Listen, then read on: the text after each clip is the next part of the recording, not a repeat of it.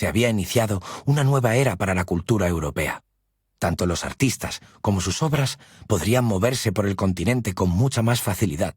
Berlioz recorrería la primera línea París-Bruselas de camino a Rusia para su gira de conciertos de 1847. En aquel momento solo pudo llegar en tren hasta Berlín, pero en su segunda gira por Rusia, 20 años después, fue en tren desde París hasta San Petersburgo. A partir de aquellas décadas, orquestas y coros, compañías de ópera y teatro, exposiciones itinerantes de obras de arte y escritores en giras de lecturas se valdrían del ferrocarril, la formidable envergadura de muchas empresas artísticas cuyo desplazamiento habría hecho necesario un número increíble de caballos y carruajes, podía manejarse con relativamente poco esfuerzo al emplear máquinas de vapor. Se abriría un mercado internacional para las reproducciones baratas de cuadros, libros y partituras. Daría comienzo la era moderna de los viajes por el extranjero, lo que permitiría a un número considerable de europeos reconocer sus rasgos comunes. Les permitió descubrir en estas obras de arte su propia europeidad, los valores e ideales que compartían con otros pueblos de Europa, por encima de su nacionalidad particular. El modo en que se fue creando esta cultura europea es el tema de este libro. Se propone explicar cómo llegó a suceder que, en torno a 1900, en todo el continente se estuvieran leyendo los mismos libros, haciendo reproducciones de los mismos cuadros, tocando la misma música en los hogares o escuchándola en las salas de conciertos e interpretando las mismas óperas en todos los teatros más importantes de Europa.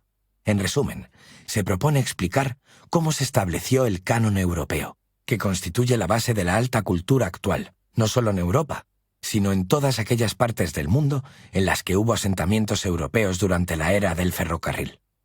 En el continente había existido una cultura internacional entre las élites, al menos desde el Renacimiento.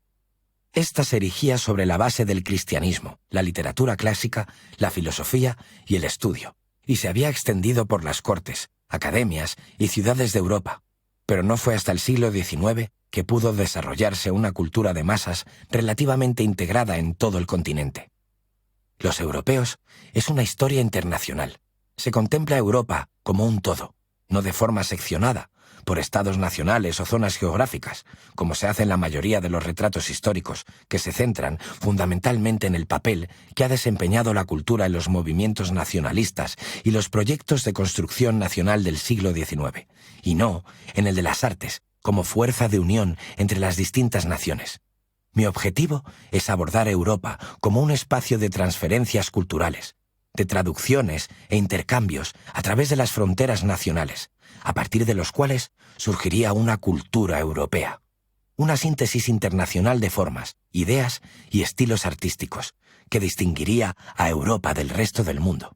Tal como dijo Kenneth Clark, casi todos los grandes avances de la civilización, y sin duda los brillantes logros de la cultura europea del siglo XIX lo fueron, se han producido durante los periodos de mayor internacionalismo, cuando las personas, las ideas y las creaciones artísticas han circulado libremente entre las naciones.